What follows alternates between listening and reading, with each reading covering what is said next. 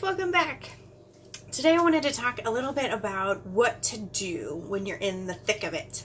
I don't know what the thick of it is for you. I don't even know where that saying comes from, but we all know what it means, right? When you're in the thick of it, when you are in a stressful situation, when you are in a place in your life, a season in your life where you can't see the light at the end of the tunnel, where you're like feeling like this is how it's going to be for the rest of your life and you have no idea how you're going to make it till tomorrow. That is the thick of it. And for me, a lot of times the thick of it is when we add a new baby into the family. Having a young under one kiddo is not easy, but your thick of it may be different. It may be a stressful job situation. It may be a high needs child, special needs child. It may be a stressful family member. I don't know what your thick of it is, but what do we do when we get to a place where we just don't know how to get to tomorrow? And I think that when we are in that place, it's really easy to retreat. It's really easy to just say, I'm just going to back away. I'm not going to have friendships with anybody. I'm not going to go out and do anything. I'm not going to share with anybody what I'm going through. And I don't think that it's healthy to share with everybody what your thick of it is.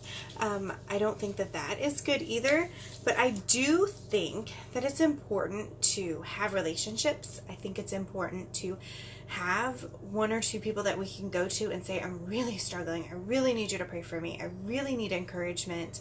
I am in the thick of it. We tend to isolate ourselves, and when we isolate ourselves, we long for that human connection. We long for the relationship, but we're backing ourselves away. And then after you've backed yourself away and you've isolated yourself long enough, there's nobody to go back to. There's nobody to open back up to. You have isolated yourself enough that everybody's gone. And that's a really dangerous place to be, because when you are on your own for too long, I don't know about you, but for me, when I'm on my own for too long, my mind starts telling me things that just aren't truth. I'm not a good mother. I'm not a good enough wife. I'm not thin enough. I'm not smart enough. My home isn't nice enough. All the things that I'm failing at. And when you don't have encouragement from the outside spoken into you, those voices get louder and louder. And when that is the loudest voice you hear, that's a dangerous place to be. And so when you're in the thick of it and you've isolated yourself and your negative voice inside your head is the loudest voice you hear, it's hard to step outside of that. And that's what you need. You need a louder voice speaking truth into you, a louder voice saying, no, you are God's daughter. You are loved. You are valuable. Hey, babe. What? It's over. It's over? Okay. I'll be done in just a second. You want to say hi? Hi. Hello. And so it's important not to isolate ourselves. It's important to be intentional about our relationships. I once had a person say that they don't need 100 pennies. They just need four quarters, right? 100 pennies is, not as valuable as the 4 quarters. Having 4 people in your life that you can rely on, that will speak truth into your life, that you can depend on, that is a friend to you, but you're also a friend in return to them, is so much more important than having 100 pennies surround you. So be intentional with your relationships. I think Winnie the Pooh said, if you want to have a friend, you need to be a friend. I'm not sure. Somebody said that, and it's totally true. I heard a MOP speaker once say, if you want somebody to bring you a meal, make 3 meals and deliver them to people. Like, you have to be intentional about friendship. And so meals may not be your thing. It's my thing. I love taking food to people.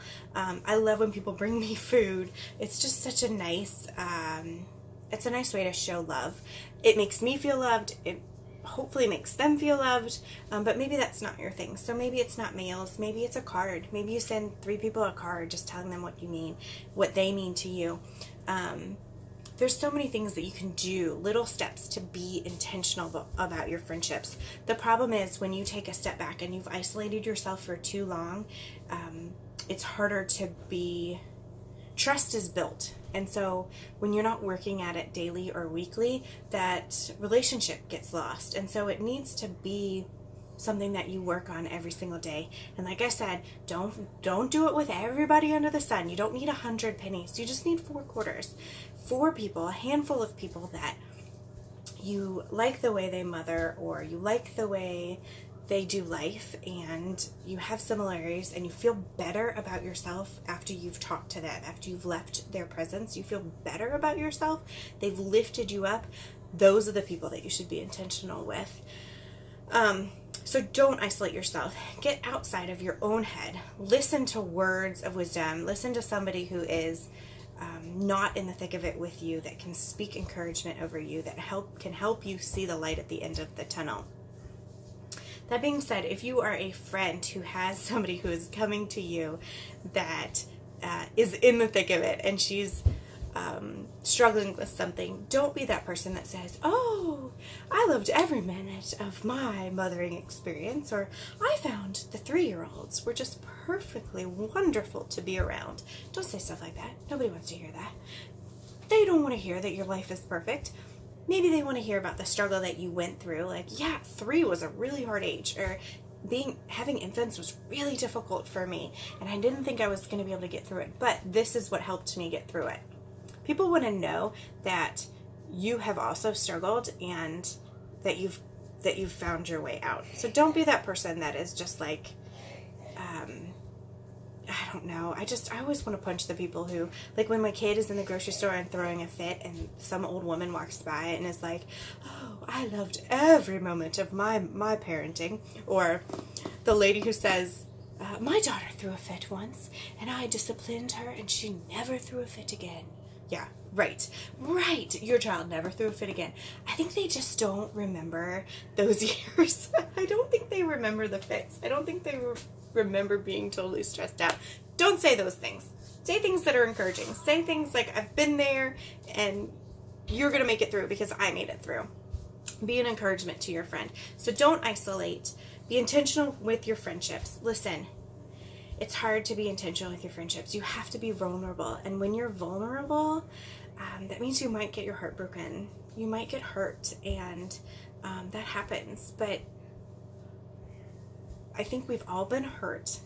And I think we'll all probably get hurt again, because that's just life. But to not be vulnerable with anybody, and to be on your own for your entire life, and not have those couple of people that you can be yourself with fully, I think that's hard. And so I just encourage you to be vulnerable. Choose the people that you're vulnerable with. Recognize that, yeah, maybe it's a little bit scary, but that is how deeper relationships are formed and how that bond is made.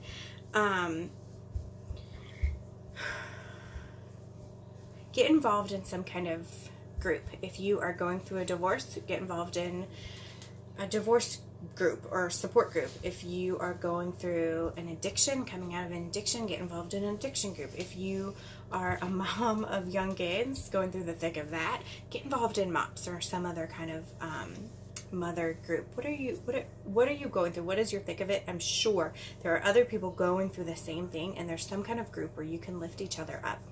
My advice to that, my warning to that, is make sure that you surround yourselves with a healthy group and healthy people that are going to encourage you and build you up, not people who are going to complain. So if you're going through a divorce and you've decided to find a divorce support group, make sure it's not just a group that's going to go and bash the husbands or the wives and just talk negative. You want to be part of something that's going to build you up. You want to learn something, you want to grow, and you want to leave there feeling better than when you went.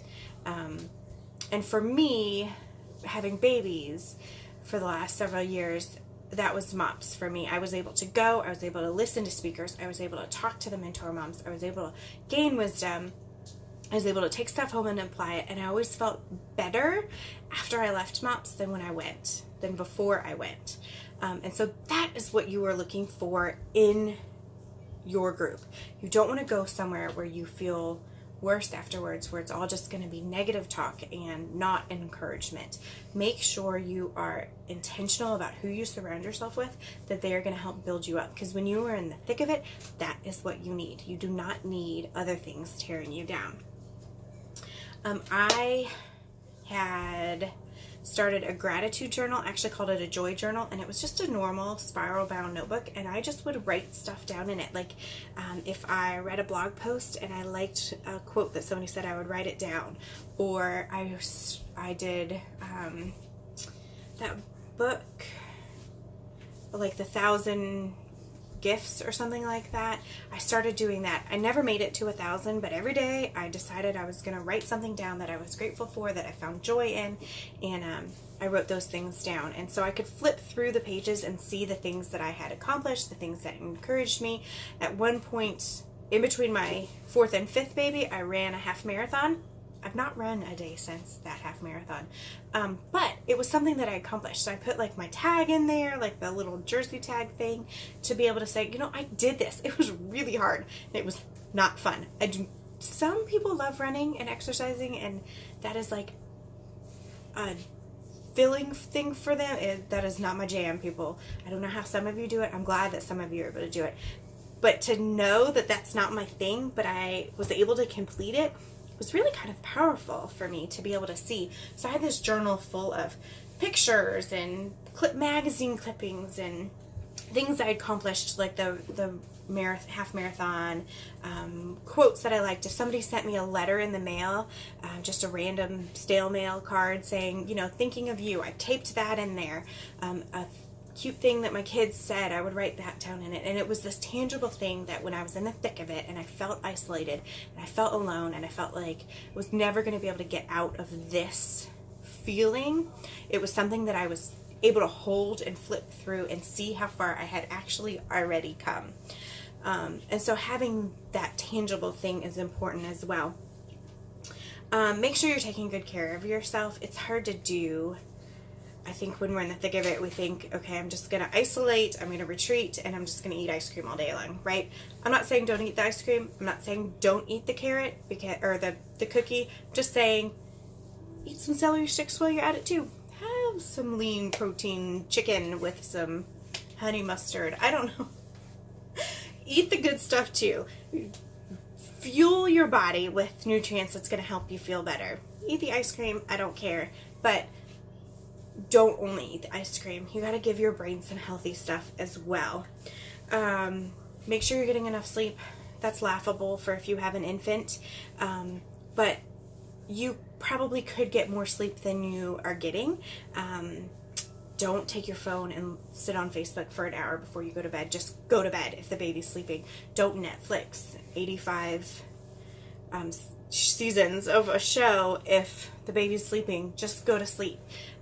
Get that sleep that you need. There will be a season where you're able to stay up. There will be a season where you won't have to go to bed as soon as the baby goes to bed. But if you're in the thick of it with a newborn and you are exhausted, just sleep. Just sleep, because that's what your body needs. You need sleep in that season. Play Christian music. A lot of times I play worship music just in the background. It's just something nice to have that positive influence when you're in the middle of like the loudest voice is your head telling you all these negative things. Having that encouragement and that worship music come through, telling you truth and encouraging you through just the songs, is pretty powerful. When I had, my oldest was 18 months she was just made 19 months when the twins were born. When those first 6 months were really, really hard. I didn't sleep in my own bed, I don't think, for 6 months. I had a little pull-out couch in the twins' bedroom, and I literally would sleep on that. I would lay on the couch and fall asleep nursing one baby, and when the other baby woke up, I would put that baby back in its crib and get the crying baby and nurse that baby and fall asleep, and that's just how it was, and it was exhausting. And when I would wake up those multiple times through the night, what was going through my head was the worship music that I had heard. And it was almost to the point where I was trying to make it stop, but I couldn't. And so instead of me thinking about how tired I was or how exhausted I was or how don't know that I'm ever going to be able to survive another day like this. Instead of thinking those thoughts, all that was playing through my head was the verses from the songs of the worship music. It's important to make sure that that is getting into you so that when you need it the most, that's what's pouring out. Try to read something that's encouraging. Maybe watch an encouraging YouTube video. Listen to a podcast that's encouraging. I listen to a lot of Beth Moore on YouTube. Like, I'll just play it and I'll wash the dishes and listen to her sermons. Find an author that you like and read her blog posts. That Ann Voskamp, I don't know how to say her name, but when I had littles, that was a blog that I turned to a lot. I read a lot of her things because they really hit home with me in the season that I was in. Find something that encourages you and builds you up. And like I said, when you feel drained and you don't know how you're going to go on, that those encouraging words is what pours out of you. That is what's on your mind, not the negativity. So those are my tips. Be intentional about your friendships. Don't retreat. Start a joy journal. Say hi. You want to say hi? Hi. Hi. Do you want to tell them about your head? Go ahead. I hit my head on the handle of my bike. Yeah. So her younger sister did the same thing. Hit her handle on the, like, right on her eyebrow. And so she had stitches for like 6 days. And then when I took the day I took those stitches out, Millie did the exact same thing, and I was back in the ER for her. So it stinks. But okay, so let's recap really quick. Be intentional about your friendships. Do not retreat. Whatever you do, don't retreat. Find your 4 quarters, not your 100 pennies. Get outside of your own head. Build a gratitude journal, and make sure you're taking care of yourself in little ways. Taking care of yourself does not mean you have to go to a gym and work out for 3 hours. If that's what helps you, great. But you can do little things at home without leaving your littles, without having to get up and go somewhere that will fill you up, like the worship music, like getting sleep, like eating healthy meals. The one thing that I didn't say that I have written down here is medication. It is okay to do medication. A lot of times I think, especially in the Christian world, we have this thing that we don't think that we should need medication, if we just pray hard enough, if we just are positive enough. But sometimes when you're in the thick of it, that's not an option. Sometimes, it is an option, but it doesn't do the job. Sometimes you need a little extra help, and that is totally okay. I've talked to so many moms who are like, it's all I can do to just get off the couch and feed my kids, or I just cry every single day, or I just don't know what, maybe you just need a low dose of a medication to help you get through the thick of it.